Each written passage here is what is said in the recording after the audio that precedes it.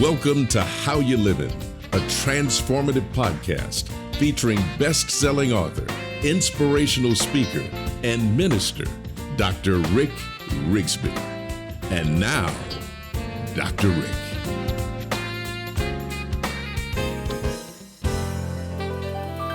Hello, friends. Thank you so much for joining me today.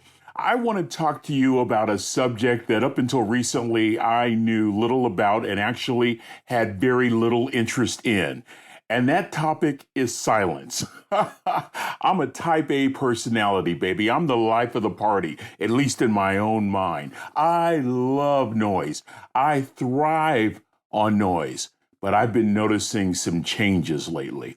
But let me just give you a little bit of background. I grew up in a loud family, right? I loved rhythm and blues music. I loved all kinds of music in the 70s in college, from the Doobie Brothers to Earth, Wind and Fire. Come on, somebody. I mean, in the 80s, we were loud. In the 90s, not only were we loud as human beings, but our devices got even louder. And I seemed to just love the buzz, loved the activity. And anything related to silence always communicated to me some form of punishment. I was either in timeout or I would have to stay after school in elementary school for talking too much in class. I always felt that when I was silent, I was missing out on something. I even remember when our 4 grown sons were toddlers, part of their daily routine included quiet time. Mom would have them sit in her lap as she rocked them and read to them. And sometimes she would sing to them. And on occasion, they would even fall asleep. Let me tell you something, back then I wanted no part of it. Today, I cannot tell you how good that sounds. Our noisy and chaotic world. Isn't it interesting that even us type A's tend to be craving silence?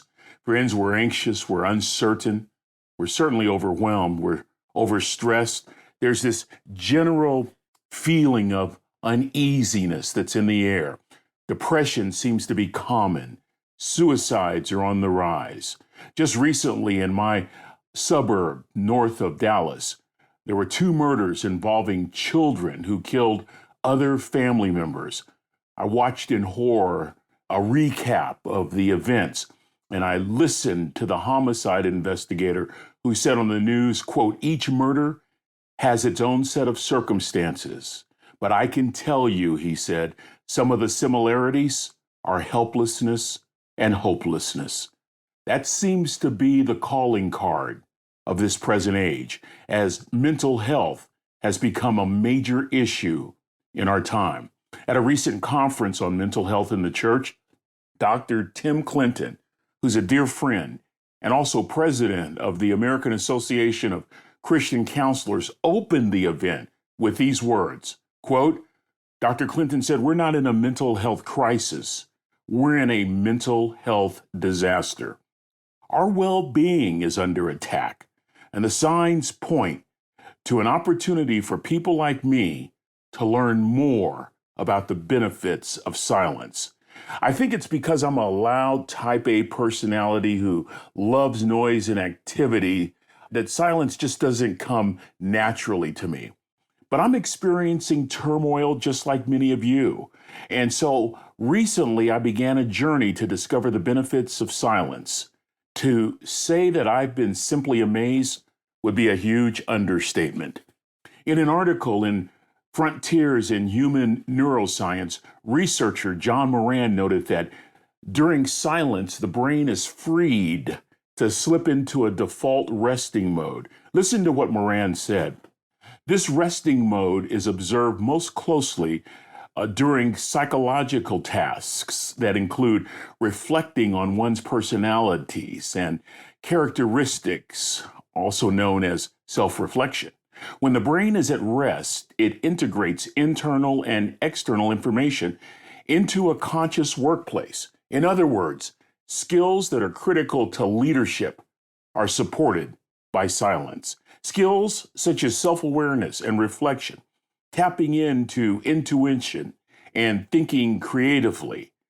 Skills that are related to growing your acumen for leadership are rooted in silence.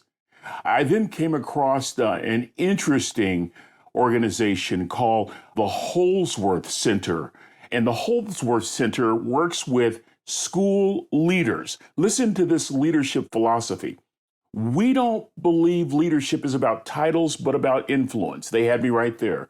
I'm a disciple of John Maxwell's leadership philosophy. John Maxwell, the great motivator, said on one occasion, leadership is influence, nothing more, nothing less. Your ability to influence people within the sphere of your periphery determines your impact. So the center had me with its leadership philosophy from the beginning. Listen to what the webpage for the Holesworth Center goes on to say. True leaders are able to mobilize others to solve problems and drive positive change, and that change must start from within. The center has a 2-year program for leaders rooted in 3 things. Number 1, a deep connection to purpose. Number 2, an ability to manage physical, mental, and emotional resources. And number 3, the willingness and ability to identify areas for growth and actively improve. In other words, friends, it's well within our reach to improve our lives with silence. Then I came across a newsletter, a 2020 newsletter published by Medical News Today. The newsletter was titled Decreasing Unwanted Sound. And basically the thesis is when we decrease unwanted sound, our overall health increases. The newsletter stated that unwanted sounds can have a range of mental health effects. The brain is always monitoring sounds for signs of danger, even during sleep. And as a result, frequent or loud noise can trigger anxiety or even stress. With continued exposure to noise pollution, a person's sensitivity to stress increases. People living with noise pollution may feel irritable, on edge, frustrated, or angry. Sound familiar? The article goes on to state that if a person feels they cannot control the amount of noise in their environment, its impact on their mental health intensifies. Environmental noise that affects sleep impacts our well-being. We'll experience difficulty falling asleep. We'll experience an inability to stay asleep. Or perhaps even the worst of all, we'll wake up way too early. Sounds can also reduce the depth and the quality of sleep, altering the amount of rapid eye movement during sleep, which can impact a person's mood and even ability to concentrate. Physical impacts of noise pollution can range from hearing distortions and hearing a persistent, high-pitched ringing throughout the day. Wow. Think about this. According to experts, short-term exposure to noise pollution can temporarily raise blood pressure and increase blood viscosity. There is also an association between long-term exposure to noise and higher rates of cardiovascular disease. In fact, medical experts say such conditions may result from the impact of noise pollution on stress hormone levels and the nervous system. And over time, this stress may contribute to the development of all diseases. Unwanted sound, the lack of silence, it affects the brain, our emotions, our sense of well-being, our sleep cycle, our hearing, our focus and concentration. It has physical effects on our blood pressure, our heart functions. In essence, unwanted sound has the potential to impact every facet of life. Do I have your attention now? So I started looking at a few of the benefits of silence, and I was just blown away. According to medical experts with the Cleveland Clinic, silence offers opportunities for self-reflection, for daydreaming. These activities stimulate the brain. Such activities encourage us to decrease inner noise, thus heightening our awareness of what matters most. At this point in my journey, I began to see a trend. You know, there's a passage in the Bible that I've memorized, but I've rarely utilized. Psalm 46, the psalmist says, "Be still and know that I am God." I know being still is important, but I did not know that it was vital. There's another passage later in the Psalms where King David, during a very difficult time in his life, a period of time where a lot of anxiety was produced, he commands his heart to be silent. Psalm 62 records David saying, "My soul waits in silence for God." I know being silent is important, but I didn't know being silent was critical. For optimal mental health and physical health, I am discovering the power of silence. From lowering the blood pressure, to decreasing my heart rate, to reducing muscle tension in my neck and shoulders, to increasing focus and cognition, to thinking more clearly, to solving problems, to identifying with and becoming more aware of my breathing, to learning how to regain my balance and perspective, to increasing my self-awareness, to being more mindful and compassionate. But there's nothing that silence doesn't touch. It improves our leadership abilities. Friends, it improves our overall life. I read an article that stated, peace and quiet loosens the roots of anger, greed, and fear. Let me say that again. Peace and quiet loosens the roots of anger, greed, and fear. I'm convinced. Now that I've done some reading, step 2 is application. Building quiet time in my day and making a daily choice to make quiet a top priority. You know, I came across a business called Whisper Room Incorporated.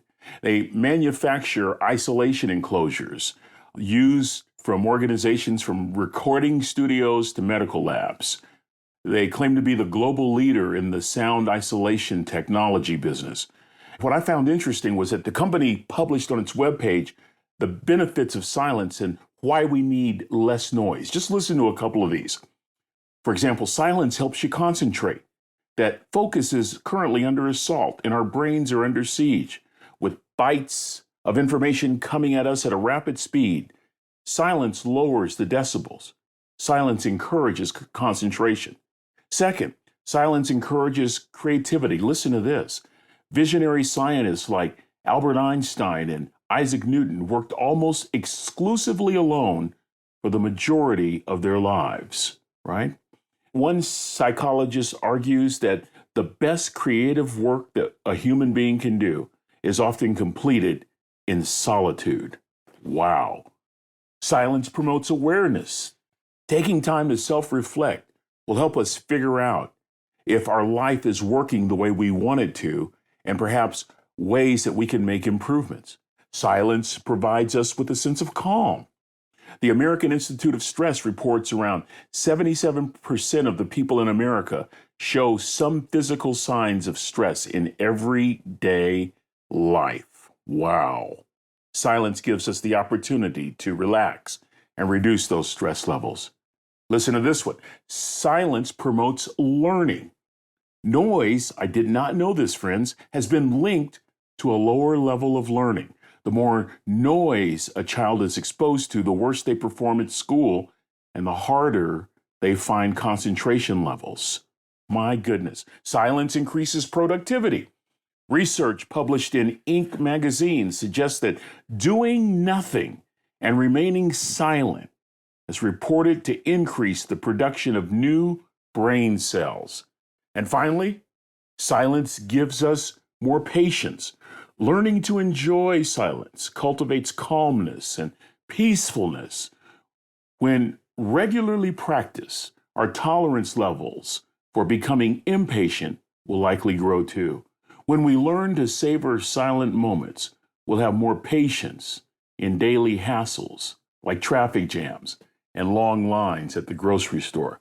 So friends, despite my type A personality, despite the fact that I never meet a stranger, despite the fact that I love a party morning, noon, or night, I've been noticing something about me over the past few years. I am growing increasingly intolerant of noise.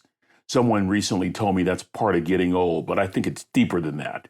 I've noticed that I'm really learning to enjoy activities that offer a component of silence, like watching birds in my backyard. Come on, somebody.